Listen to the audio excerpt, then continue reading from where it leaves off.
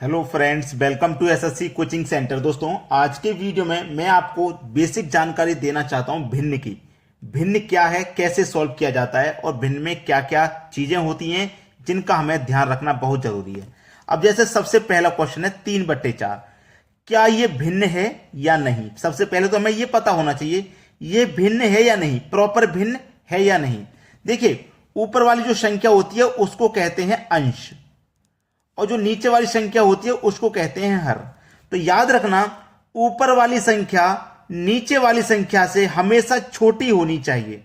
अगर छोटी है तो ये प्रॉपर भिन्न है, अगर बड़ी है तो प्रॉपर भिन्न नहीं है।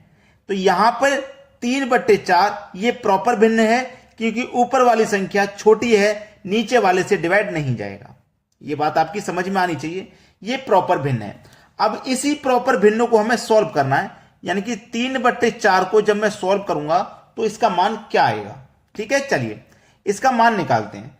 तो कैसे निकालेंगे, जब मैं 4 से 3 में डिवाइड दूंगा तो डिवाइड जाएगा ही नहीं जाएगा ना। तो आप अच्छे तरीके से जानते हैं दशमलव लग जाता है। जब किसी संख्या में डिवाइड नहीं जाएगा तो दशमलव, इधर दशमलव लगेगा, इधर इसके पीछे एक जीरो लग जाएगा, तो ये 30 हो गया।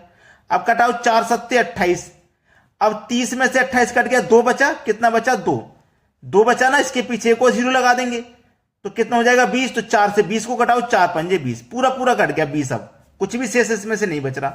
तो कितनी बार में कटा, 0.75 बार में, 0.75 बार, इतनी बार में ये कट गया। अब 0.75 ही क्या है हमारी, ये प्रॉपर भिन्न है, ये इसका सही जवाब है 0.75। अब कहीं पे 0.75 लिखा हुआ है, देखो 0.75 कहीं पे लिखा हुआ है और हमसे ये सॉल्व करने के लिए कह दिया जाए तो हम कैसे सॉल्व करेंगे। देखिए, दशमलव को हटा देंगे तो दशमलव के स्थान पे तुरंत नीचे 1 आ जाएगा। दशमलव को हटाएंगे, दशमलव के स्थान पे तुरंत नीचे 1 आ जाएगा और दशमलव के बाद जितनी संख्या होंगी उतने जीरो आ जाते हैं। ठीक है, तो ऊपर अब दशमलव हट गया, क्या बचा 75, नीचे 100। 25 से काटेंगे 75 3 बार में और 25 से काटेंगे 100 को 4 बार में, 3/4 हो गया। तो देखो 3/4 ही निकल के आ गया। जहां से हमने शुरुआत की थी हम देखो वहीं पे आ गए। ये चेक करने का सबसे आसान तरीका है। आगे देखो, एक और छोटा सा क्वेश्चन है, 0.25 को सरल करना है। ठीक है, 0.25 को, अब मैंने आपको क्या बताया कि दशमलव को जब आप हटाओगे तो दशमलव के स्थान पे 1 आ जाएगा और दशमलव के बाद जितनी संख्या होंगी उतने जीरो आ जाएंगे, उतने जीरो आ जाएंगे। 2 संख्या है तो 2 जीरो ले लो। अब दशमलव हट गया तो 25 बचा, अब कटा लो। 25 से कम 25, 25 चौके 100, यानी कि इसका मान 1/4 है। चेक करने के लिए हम क्या करेंगे, 4 से इसमें डिवाइड देंगे तो डिवाइड तो जाएगा नहीं, दशमलव लग जाएगा। जब दशमलव जाएगा तो इसको आगे एक जीरो बढ़ जाएगा, तो 10 हो गया। कटाओ, 4 दूने का 8, 10 में से 8 कट गया, 2 बचा, 2 में जीरो बढ़ा दो 20, तो 4 पंजे 20, 5 बार में 20 पूरा कट गया। तो 10.25 वही संख्या निकल के आ गई। तो हमने ये चेक कर भी देख लिया। अब इसमें जोड़ते कैसे हैं भिन्नों को, घटाते कैसे हैं या गुणा कैसे करते हैं, वो सारी चीजें सीखेंगे। बस वीडियो में पूरा अंत तक बने रहिए। चलिए अब देखते हैं आगे। अब देखेंगे सबसे पहले भिन्नों का जोड़ना। 2.5 प्लस 0.25 प्लस 0.0013 को हमें जोड़ना है। ठीक है, जोड़ने का सबसे सरल तरीका मैं आपको बता रहा हूं कि 2.5 है, मैंने लिखा सबसे पहले 2.5। अब दूसरी संख्या को जब मैं लिखूंगा तो देखो दशमलव के नीचे दशमलव आना चाहिए। ये इस दशमलव के नीचे दूसरी संख्या का दशमलव। दशमलव से पहले देखो 0 है तो मैं 0 ले लूंगा। यहां दशमलव से पहले 2 था तो 2 आ गया। अब दशमलव के बाद यहां 2 5 है तो 2 5 लूंगा। फिर जब तीसरी संख्या को मैं लिखूंगा तो दशमलव के नीचे दशमलव आना चाहिए। दशमलव से पहले 0 है तो 0 आ जाएगा। फिर बाद में 0.013 है, मैंने ले लिया। अब एक बात हमेशा याद रखना, संख्याओं को इक्वल करना है। इक्वल मतलब बराबर। नीचे देखो क्या संख्या है, 1 2 3 4, तो ऊपर भी 4 बना लो, यहां पे भी 0 बढ़ा के। यहां पे 1 है तो यहां पे भी 0 बना के यहां पे भी इक्वल कर लो। संख्याओं को इक्वल कर लेना है। अब सभी को प्लस करो, सभी को जोड़ेंगे तो 3 ही आ जाएगा। यहां जोड़ेंगे 1 आ जाएगा, यहां जोड़ेंगे 5 आ जाएगा, 5 और 2 7 आ जाएगा। दशमलव के नीचे दशमलव आ जाएगा और ये 2 आ जाएगा। ये क्या है भाई, आपके प्रश्न का बिल्कुल सही जवाब।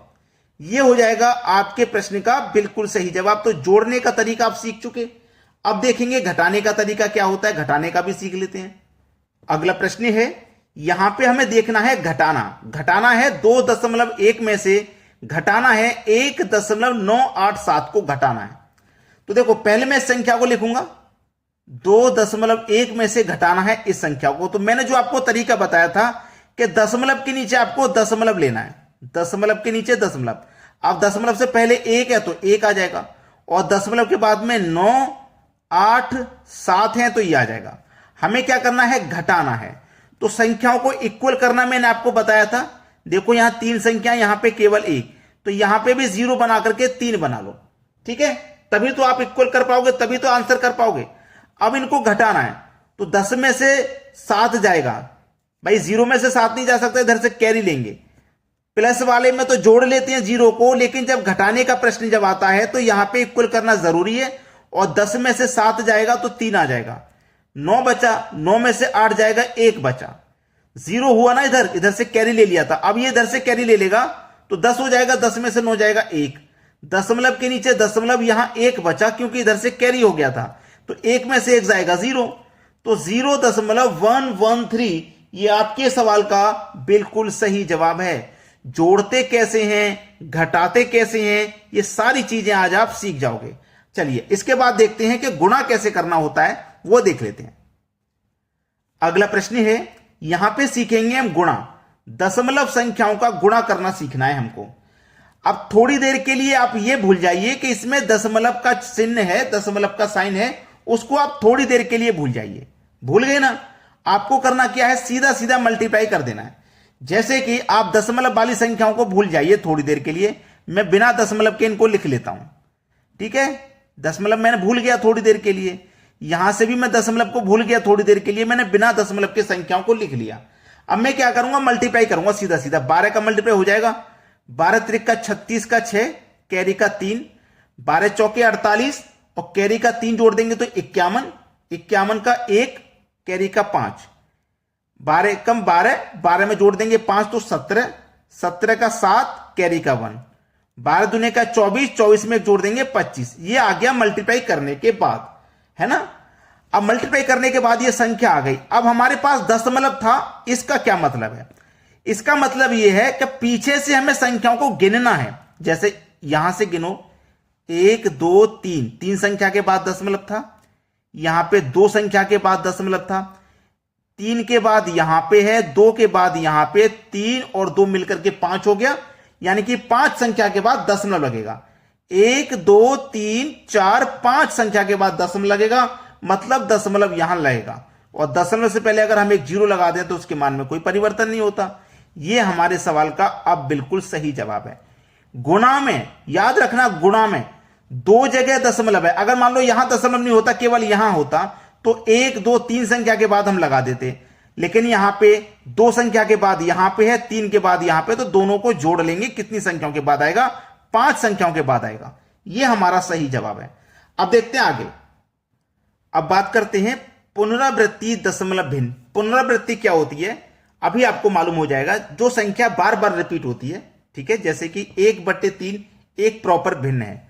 अगर मैं इसको भिन्न को सरल करूं तो 3 से 1 में डिवाइड दूंगा तो जाएगा नहीं, दशमलव लगेगा, दशमलव लगेगा तो इसके आगे एक 0 लग जाएगा, तो 3 से मैं कटाऊंगा, 3 त्रिक का 9 हो जाएगा। भाई 10 में से 9 कट गया तो 1 बचा, 1 बचा, 1 के आगे फिर से 0 लगेगा तो 3 त्रिक का 9। भाई 10 में से 9 कट गया, फिर से 1 बचा, 1 के आगे फिर से 0 लगेगा, 3 त्रिक का 9। यानी कि यही 3 3 3 3 3 3 3 3 आगे चलता रहेगा, इनफाइनाइट तक चलता रहेगा कि नहीं भाई, यही चलता रहेगा। जब यही संख्या बार बार चलती रहेगी तो इसी को कहते हैं पुनरावृत्ति भिन्न। इसी को क्या कहते हैं, पुनरावृत्ति भिन्न। तो आपके पास संख्या थी 1.3, यही तो थी। हमने इसको जब सरल किया तो 3 3 3 3 3 3 चलता रहा, और जब यही 3 3 3 3 चलता रहेगा तो इस 3 के ऊपर आप लगा दोगे बार।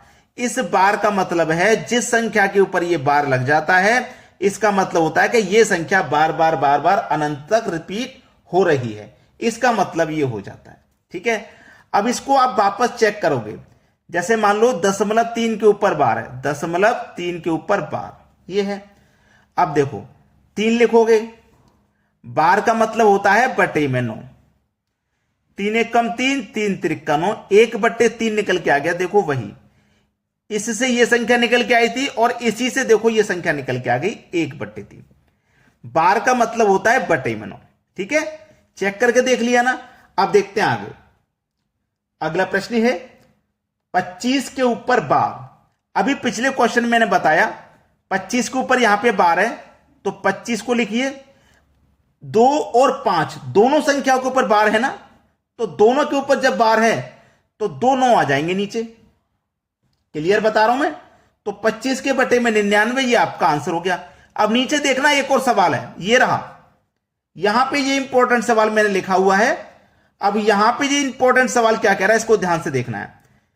दशमलव से पहले 2 है। जब दशमलव से पहले कोई संख्या नहीं होती तो उसका कोई मान नहीं होता। 0 अगर है, दशमलव से पहले अधिकतर 0 होता है तो उसका कोई मान नहीं होता। लेकिन अगर कोई संख्या है जैसे 1 है, 2 है, 3 है तो उसका मान होता है। उसको कैसे रखते हैं, 2 रखेंगे हम, दशमलव के स्थान पे प्लस आ जाएगा। ठीक है, याद रखना। अब 3 और 5 35 है तो मैं 35 लिखूंगा। किसके ऊपर बार है, 5 के ऊपर बार है ना। जिस संख्या के ऊपर बार होता है ना, एक संख्या के ऊपर बार है तो एक ही 9 आएगा भाई। 3 और 5 में से 5 के ऊपर ही तो बार था, एक संख्या के ऊपर ही तो था, तो 1 9 आ गया। और जिसके ऊपर बार नहीं होता, जैसे 3 के ऊपर बार नहीं है, जिसके ऊपर बार नहीं होता उस संख्या को माइनस कर देते हैं और बटे में उसके स्थान पे 0 आ जाता है। यह समझना बहुत जरूरी है, मैं आपको जो चीज सिखा रहा हूं।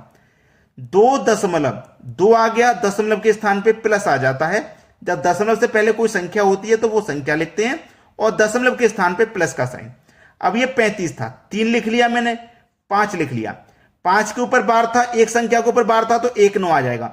जिसके ऊपर बार नहीं होता उस संख्या को घटा देते हैं और उसके स्थान पे बटे में एक 0 आ जाता है। ये इसका आंसर होता है। अब देखो 2 प्लस 35 में से माइनस कर देंगे 3 तो ये हो जाएगा 32 और बटे में कितना है, 90 है। ठीक है, 90 का मल्टीप्लाई 2 से करो तो 180, 180 में जोड़ेंगे 32 तो ये हो जाएगा 212 बटे में 90। ये आपके सवाल का बिल्कुल सही जवाब है। जो भी बच्चा अभी तक लाइक नहीं किया है वीडियो को लाइक कर दें, शेयर नहीं किया तो सभी दोस्तों में शेयर कर दें। जिनको भी भिन्न फ्रैक्शन समझ में नहीं आता है तो ये बिल्कुल बेसिक वीडियो है, उनके लिए अच्छे से समझ जाएंगे इस वीडियो को देखने के बाद। ठीक है दोस्तों, आज की वीडियो में इतना ही। वीडियो देखने के लिए बहुत बहुत धन्यवाद।